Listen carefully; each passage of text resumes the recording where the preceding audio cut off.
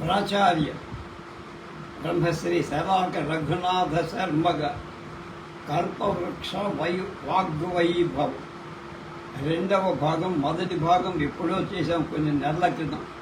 ఇది రెండవ భాగం.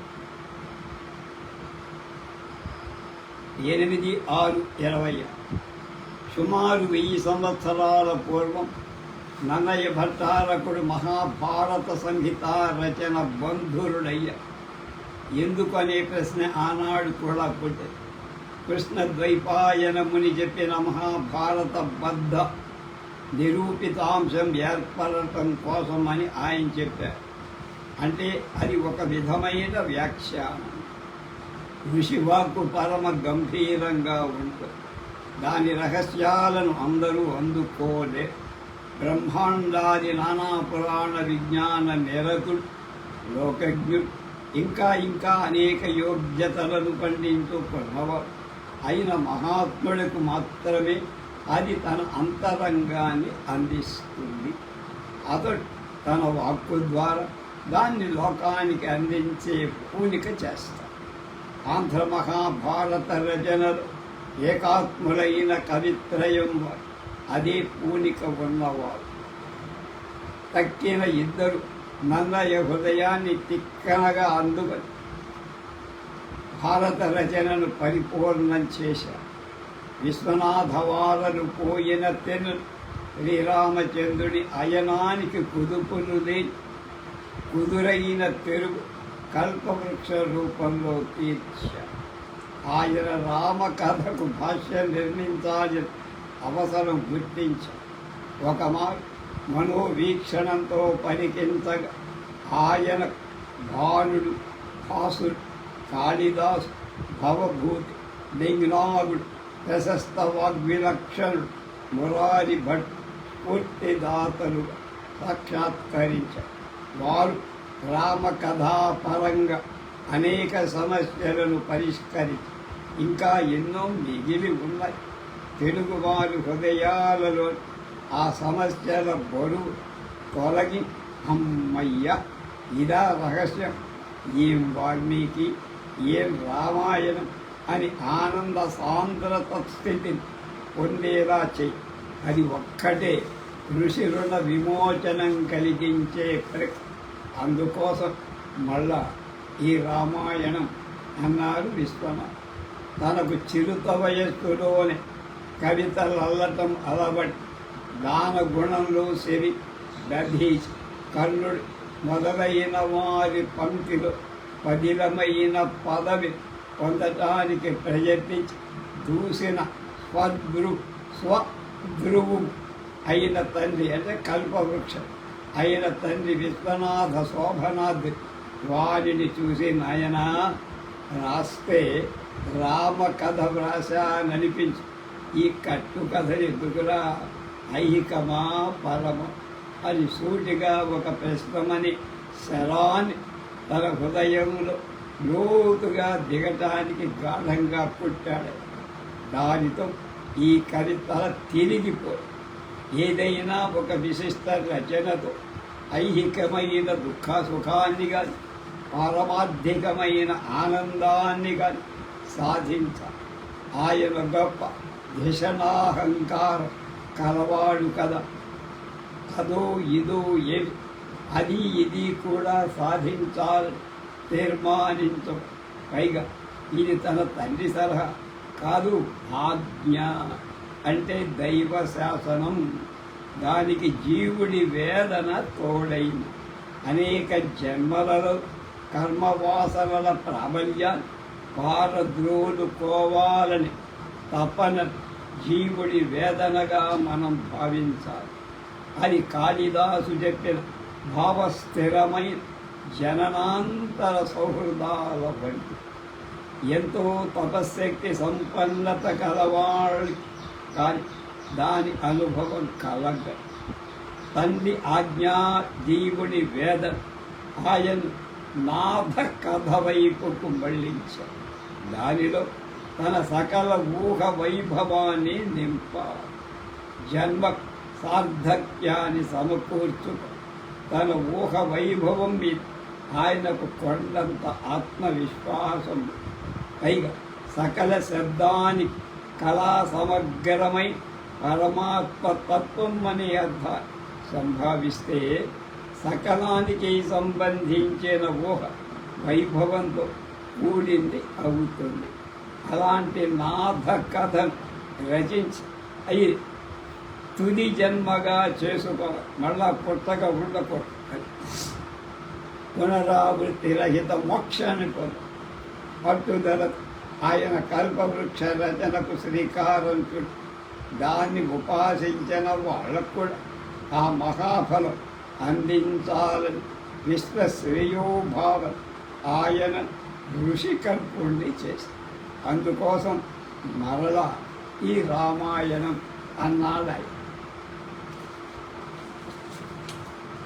కవితారూప తపస్సు చేసిది శ్రీకంఠ మనస్సంశయమాది విధానంబుల చేతకాని తన మైతిన్ మూర్త సంవిత్ కళా యువతీ భోగ హరింపచేయుట మారోర్పుంజుమి ఇంద్రియాది వికారంబుల భావన విమల వాక్తీర్థంబులు ఏపారగ మళ్ళ కవితారూప తపస్సు చేసి తిని శ్రీకంఠ మన సంశయామాది విధానంబుల చేతకాని తన మైతిన్ మూర్త సంవిత్ కళాయువతీ భోగ హరింపచేయుట మారు ఓడుతుంజుమి ఇంద్రియాది వికారంబుల భావన విమల వాక్తీర్థంబులు ఏపాడ.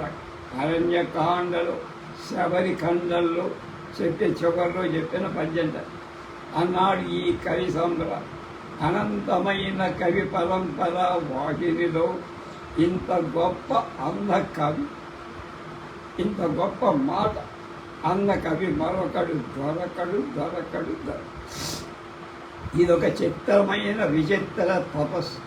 సాధారణంగా పంచాగ్ని మధ్య స్థితులై కంఠదగ్నంగా నీళ్లలోని మొదలైన తీరుల తపస్సు చేసిన వాళ్ళ గురించి విన్నాం.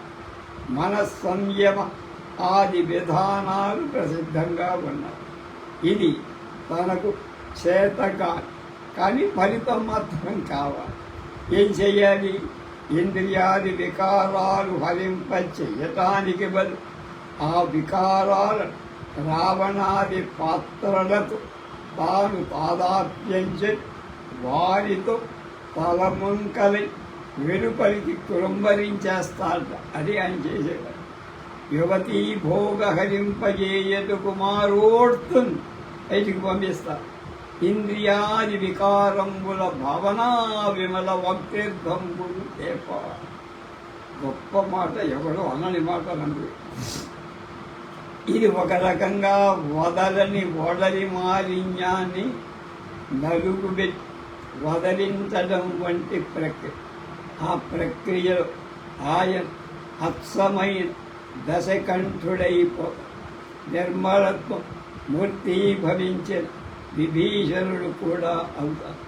అలాగే శబరిగా, వాలిగా, తారగా, సుగ్రీవుడుగా సర్వ పాత్రలను తన యందు ఆవేశింపచేసుకొని వాళ్ళ ఇంద్రియాది వికారాలన్నింటిని తనలో నింపుకొని ఒక్క పెట్టున వెలిగ్రక్ హృదయాన్ని సత్వగుణ సంభరితం చేసుకొని భగవద్ ఆరాధన కుసుమంగా తన్ను తాను తీర్చుకోగలడు. భావనలని విమలాలైన వక్కులతో తీర్థాలు ఉరవళ్ళు పరవళ్ళుగా ప్రవహింపజేసి ఆ తపస్సు సఫలం చేసుకుంటానంటున్నాడు ఈ మహాకవి. అదిగో అదన్నీ కవితారూప తపస్సు అంటే.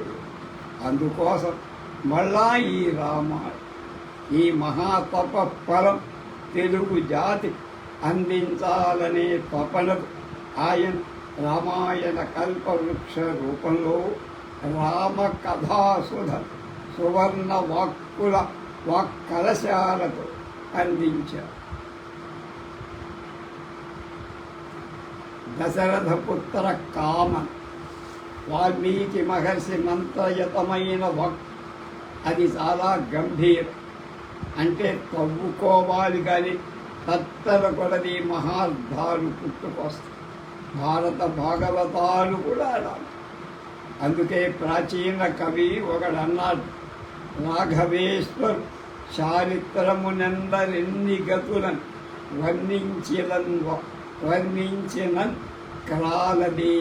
విశ్వనాథవారు తన ఊహా వైభవంతో వాల్మీకి రచనకు చేసిన భాష్యంతో కల్పవృక్షం సాహిత్య రసపిపాసుల నిజమై కల్పవృక్షంగా రూపుదిద్దుక దీని నిరూపణ ఒక చక్కని ఘట్టం. దశరథుడు పుత్రుల కోసం పరితపించిన ఘట్టం. మూల రామాయణంలో కవి బాలకాండం 8వ సర్గం. తస్య త్వేవం ప్రభావస్య ధర్మజ్ఞస్య మహాత్మనః సుతార్థం తప్యమానస్య నాసే ధ్వంస కలహ శ్రుతః అనే శ్లోకం. అలాగే 8వ శ్లోకం, మమ లాలప్యమానస్య పుత్రార్థం నాస్తి వై సుఖం అనే మాట కూడా.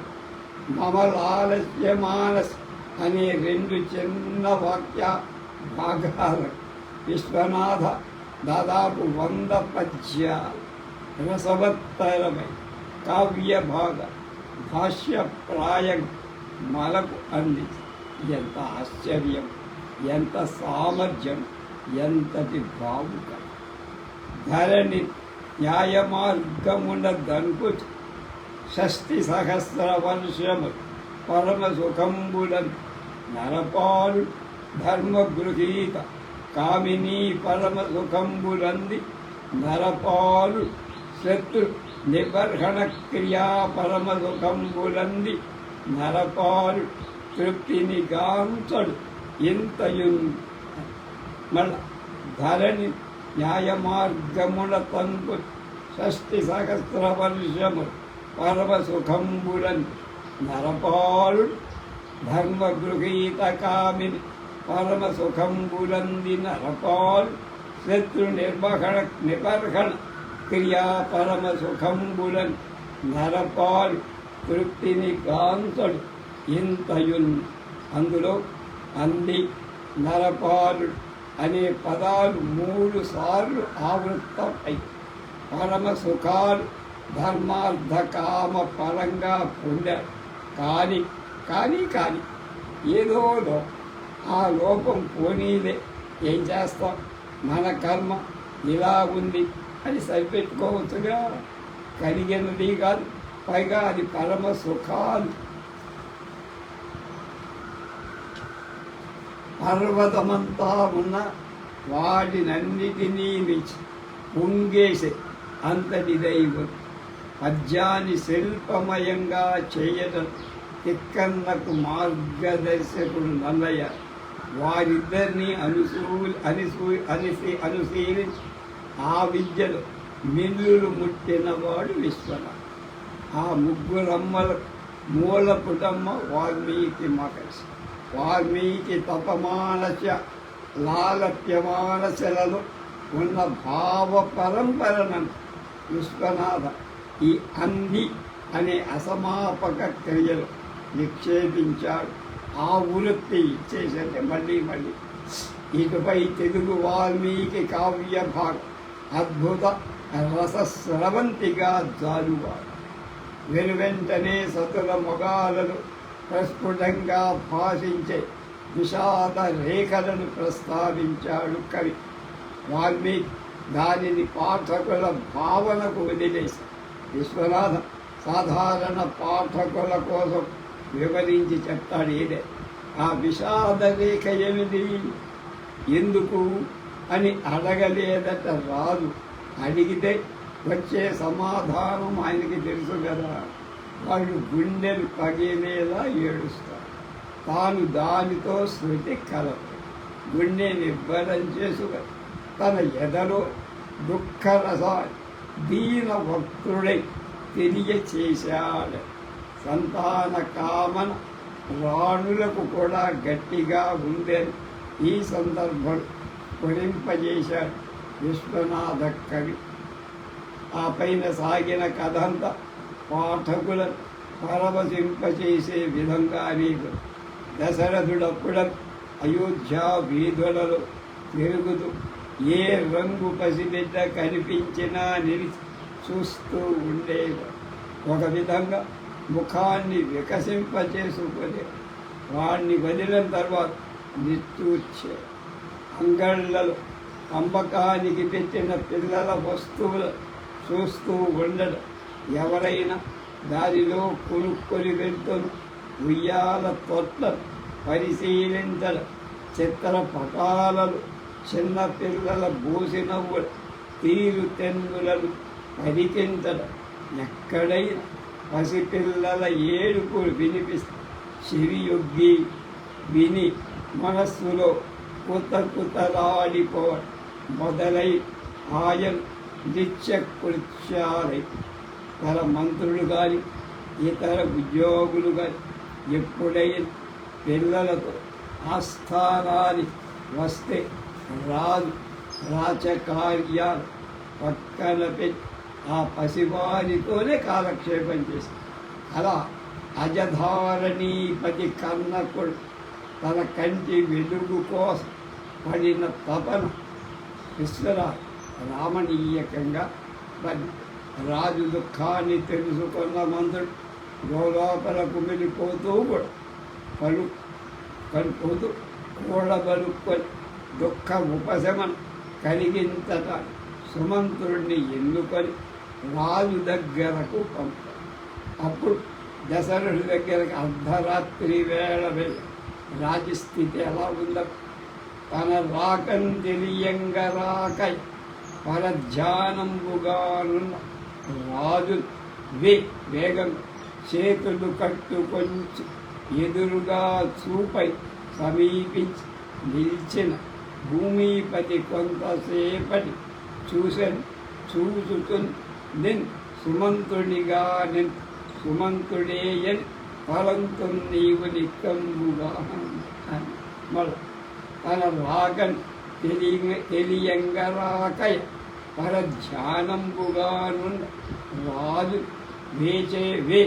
చేతులు కట్టుకొంచు ఎదురుగా చూపై సమీపించి నిలిచి భూమిపతి కొంతసేపటికి చూచుతున్ నిన్ సుమంతుడిగా నింతు సుమంతుడే అని పరంతో నీవు నిక్కంబుగా అని.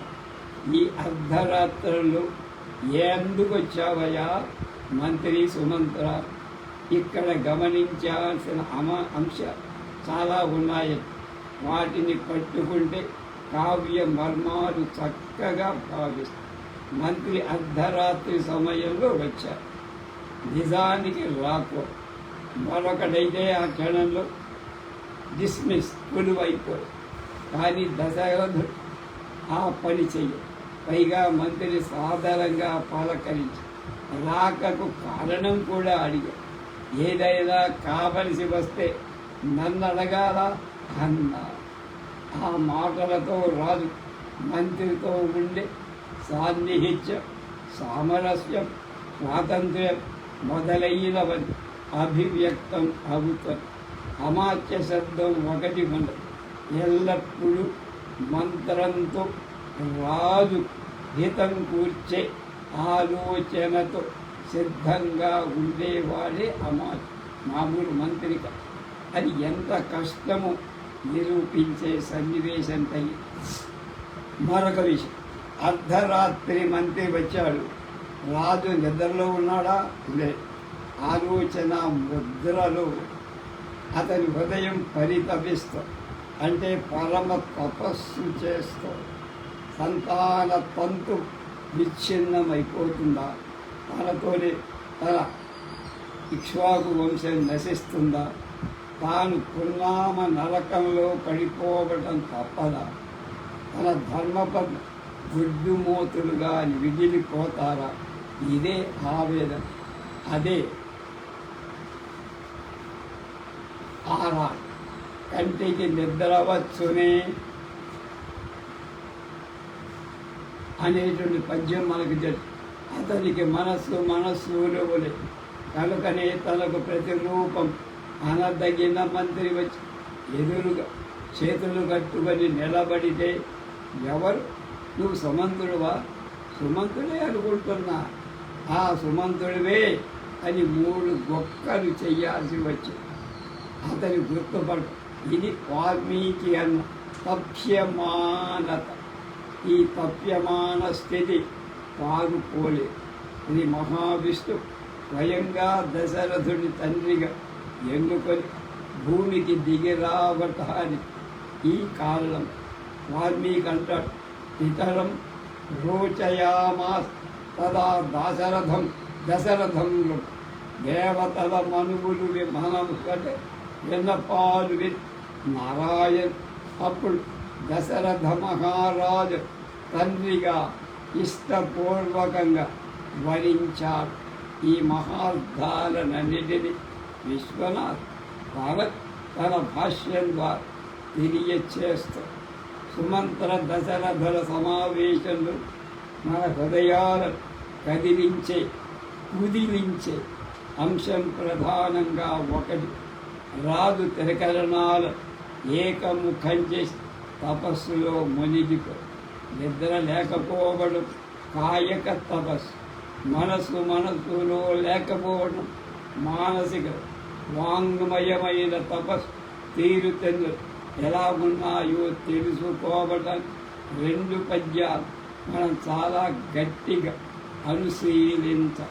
అంతకంటే ముందు రాజు నోటి నుండి వెలువడి వేదనాదం మనం గమనించితే ఇది పొత్తికల భార్య నడికట్టుతో వచ్చి అందీయ పసిపాపన దుపన చిటికలో పల్కరించిన తొట్టెలో బిడ్డ పోసి నవ్వుల చిట్టి హౌసు మరగ రాబాబు నీవిట్లు రాయని నవ్వు చేసాచ మార్నవ్వుల స్త్రీల కుబుక గృహము చేరిన అంతని కాళ్ళ కడ్డమ్ము వచ్చి మోకాళ్ళుల బ్రాక గుబ్బ పద సుకృతమేమి చేయు దంపతుల ధాత్రి నోచుకొందురే నేనింత నోచుకో లోచలే అల్ల కౌశల్య లోచలే ఆ సుమిత్ర నోచలే కైకేయి నోచలే. మళ్ళా ఇది పొత్తిగల భార్య నడికట్టుతో వచ్చి అందీయ పసిపాపనందుకొని చితికతో పలకరించే తొట్టెలో బిడ్డ బూసి నవ్వుల చిట్టి హౌసు మరుగ రాబావు నువ్విట్లు రారా అని నవ్వు చే సాచ మార్నవ్వుల స్త్రీల కుముక గృహము చేరిన ఎంతని కాళ్ళ కడ్డమ్ము వచ్చి మోకాళ్ళులను రాక రుబ్బ తన గత సుకృతమేమి చెయ్యబట్టి చేజు దంపతులు ధాత్రినోతు కొందురు నేనింత నోచలే అల్ల కౌశల్య నోచలే ఆ సుమిత్ర నోచలే కైకేయు నోచలే. స్వభావోక్తి సుందరమై ఈ వేదన అభివ్యక్తి ఎంతగా హృదయ ఆర్ద్రతలు ముంచేస్తూ చెప్పటానికి మాటలు చాలు. శీసపద్యపు 4 పాదాల చిన్నారు విలాస విభ్రమ సౌందర్య కవితామయంగా చేసి పాఠకులు అనుభూతి కలిగించి ఎత్తు గీతిలో నలుగులను విడివిడిగా పేర్కొని నోచలేదు అనే పదాన్ని 4 పర్యాయ ఆవృత్తి చేసి చెప్పడం వేదన తవ్వి బయటికి రాదు. ఇకపోతే 2 పద్యాలు మన హృదయాల దశరథుడితో తాదాత్మ్యాన్ని కలిగి ఆనంద తుండితారు చేస్తారు. బోరగ పుణ్యలోకములటుండ ప్రజార్థము కాని భార్యారతి తోడ ఆశవము కన్నన హీరు సంతులేని సంసారము సేర్ ధర్మ పరిసంగతి మారిన రాజ్యపాలనం ఆలయ ద్రవ్యకామరినాత్ములు సేయుదురు ఇట్టి పాపం మలకాండలు ఇష్టి ఖండలు 35వ పది. గోలగ పుణ్యలోకములకుండ ప్రజార్థము కానియ భార్యారతితో పాశవము కంద తీర సంతులేని సంసారము సేత ధర్మ పరిసంగతి మారిన రాజ్యపాలనం బాలయక ద్రవ్య కామ మలినాత్ములు సేయుదురు ఇట్టి పాప. సుమంతర పుణ్యలోకాల మాట పట్టి పైలు పెట్టి సంతానం కోసం కాక భార్యతో రవించటం పశురక్షణలే కదా. అంతకంటే సంతానం లేకుండా సంసారం చెయ్యి. ధర్మాన్ని సర్వతోముఖంగా పరిరక్షణ చెయ్యకుండా రాజ్యాన్ని పాలించడం కేవలం అర్ధకామాలతో మలినమై ఆత్మ కలవాళ్ళు చేసే పాపం. ఇది దశరథుడి ఆత్మ. ఇందులో ప్రధానంగా గమనించాల్సిన దశరథుడు ధార్మిక నిష్ఠ. ప్రజాతంతుం మా వ్యవచ్ఛేచ్చి సంతానమనే తంతువుడు తెంచెయ్యకు అని మహాకవి కాళిదాసు ప్రజాయై గృహమేధినాం అనే దాంతో వ్యాఖ్య. రఘువంశరాజులంతా సంతానం ఏకఫలంగా భార్యలకు సంగమించే శ్రీలంకల. అప్పుడే కామ పురుషార్థం చేరుక, లేకపోతే పశువు కంటే పరమ నీచులవుతారు మా. ఈ విధంగా కవి దశరథుడు ఆర్తిక ధర్మ కవచ పటిష్టంగా బంధించి విష్ణు తన అవతారాన్ని ఆధార భూమికగా అతనినే ఎందుకు ఇష్టపడ్డాడు ఇప్పుడు అర్థము. పనిలో పనిగా అతని పాలనాపరమై ధార్మిక భావన కూడా ప్రస్తావించి ఇది భవిష్యత్తులోని రామరాజ్య సంభావన పూరకంగా కలిగి ధర్మ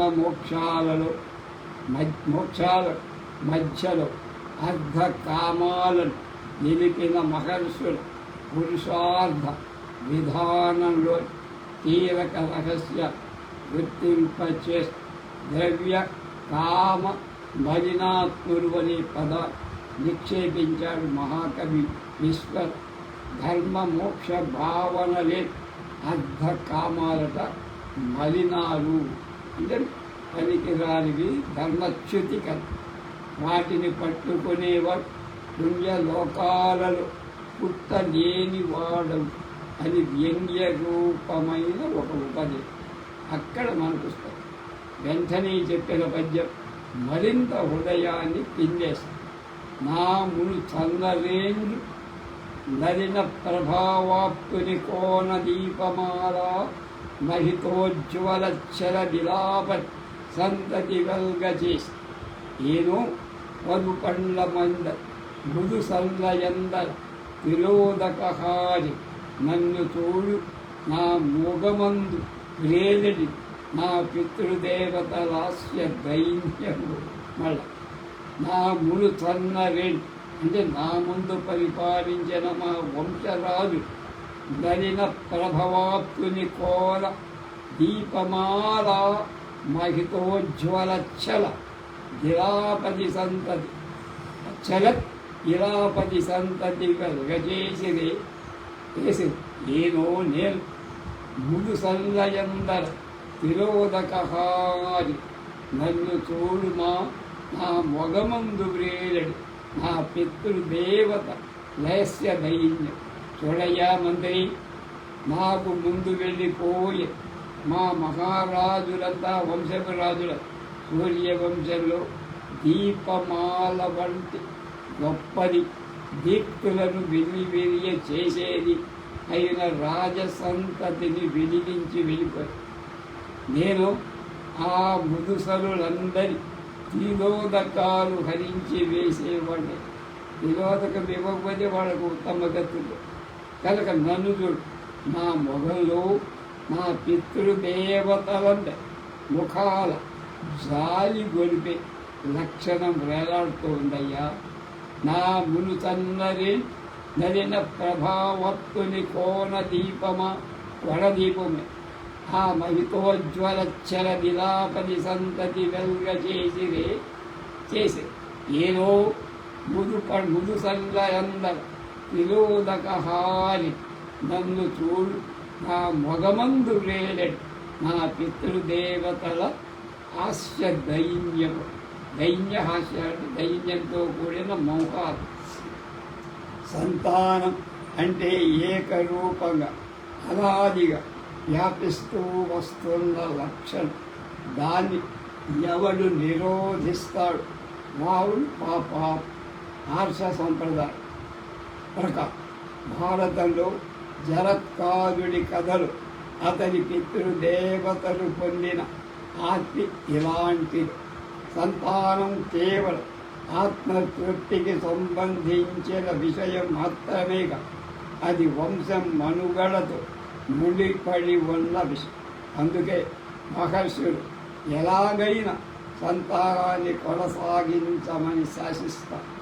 దశరథుడు ఈ వేదనా భరితమైన మాట వాల్మీకి మహర్షి చెప్పారు. లాలప్యమానత వ్యాఖ్యానాలు. లాలపనం అంటే నిక్కీలు దుఃఖంతో మొత్తుకున్నట్లుగా మాట్లాడు. ఆ మాట ఎంత గొప్పగా చెప్పాడు విశ్వనాథ్. వాల్మీకి వాడిన ఒక్క పదంలో గంభీరంగా ఉన్న స్థితిగతులు విశ్వనాథ్ విశిష్ట పద వాక్య సంభరిత పద్యాలను రాసిపోసి తెలుగు జాతికి అందించాడు మహానుభావుడు. రేపు దశరథ పుత్రోత్సాహం గురించి తెలుసుకుందాం.